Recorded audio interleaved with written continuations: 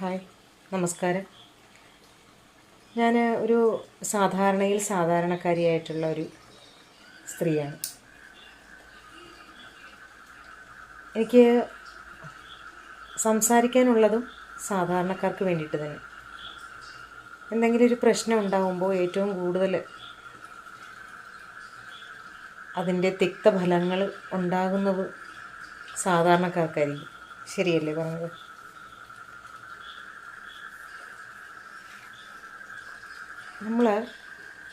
ഇപ്പോൾ മഴക്കാലം തുടങ്ങി. കുറച്ച് ദിവസങ്ങളായിട്ട് വളരെ ശക്തമായിട്ടുള്ള മഴ തന്നെയാണ്. നമ്മുടെ ഇപ്പോൾ ദേശീയപാതയുടെ പണി നടന്നുകൊണ്ടിരിക്കുകയാണ്. പണ്ട് നമുക്ക് NHൻ്റെ പടിഞ്ഞാറ് സൈഡിലേക്ക് നമ്മൾ ക്രോസ് ചെയ്താൽ നേരെ നമുക്ക് നമ്മളുടെ ഇഷ്ടത്തിനനുസരിച്ചിട്ട് നമുക്ക് അങ്ങോട്ടും ഇങ്ങോട്ടും ക്രോസ് ചെയ്യാൻ പറ്റുമായിരുന്നു. പക്ഷേ ദേശീയപാതയുടെ വികസനത്തിൻ്റെ ഫലമായിട്ട് അവിടെ ഓവർ ബ്രിഡ്ജ് വരികയും അണ്ടർ പാസേജിലൂടെ മാത്രം നമുക്ക് അങ്ങോട്ടും ഇങ്ങോട്ടും ക്രോസ് ചെയ്യാൻ പറ്റുന്നൊരു സ്ഥിതിവിശേഷത്തിലേക്ക് ഉയർന്നിട്ടുണ്ട്. അതൊക്കെ വികസനത്തിൻ്റെ ഭാഗമായിട്ട് നമ്മളതിനെ ഉൾക്കൊള്ളണം, കാണണം, അതൊക്കെ ശരിയാണ്. പക്ഷേ ഈ അണ്ടർ പാസേജിൻ്റെ അടിയിലൂടെ നമ്മൾ ക്രോസ് ചെയ്യുമ്പോൾ അവിടെ പ്രോപ്പറായിട്ടുള്ള ഡ്രെയിനേജ് സിസ്റ്റം കൊണ്ടുവരാത്തതിൻ്റെ ഭാഗമായിട്ടായിരിക്കും വളരെയധികം വെള്ളക്കെട്ടാണ് ഓരോ സ്ഥലങ്ങളിലും.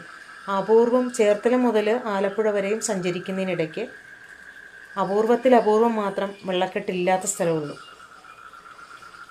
എൻ്റെ ദൃഷ്ടിയിൽ എനിക്ക് ബോധ്യമായിട്ടുള്ളൊരു കാര്യമെന്ന് പറഞ്ഞാൽ എനിക്ക് തോന്നുന്നു കണിച്ചുളങ്ങര അണ്ടർ പാസേജിൻ്റെ അവിടെ, കണിച്ചുളങ്ങര NH സൈഡിലുള്ള ജംഗ്ഷൻ്റെ അവിടെയുള്ള അണ്ടർ പാസേജിൽ വെള്ളക്കെട്ട് കണ്ടില്ല. ബാക്കി മിക്ക സ്ഥലങ്ങളിലും വളരെ വെള്ളക്കെട്ടാണ്. ഇത് NHൻ്റെ പടിഞ്ഞാറ് സൈഡിലുള്ള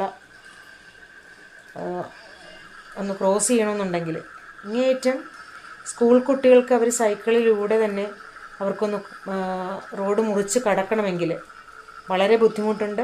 പ്രായമായിട്ടുള്ള അച്ഛന്മാർക്കും അമ്മമാർക്കും ഇതിലൂടെ പോകാനായിട്ട് വളരെയധികം പ്രയാസമായിട്ടുള്ളൊരു സ്ഥിതിവിശേഷമാണ്. എങ്ങനെയെങ്കിലും ഒരു പ്രോപ്പറായിട്ടുള്ള ഡ്രെയിനേജ് സിസ്റ്റം ഇമ്മീഡിയറ്റായിട്ട് വളരെ അടിയന്തരമായിട്ട് അവിടെ കൊണ്ടുവരണമെന്ന് അധികാരികളുടെ ശ്രദ്ധയിലേക്ക് വേണ്ടിയിട്ട് ഞാനത് പറയുകയാണ്. ഇതൊരു അപേക്ഷയായിട്ട് പരിഗണിക്കണം. ഓക്കെ.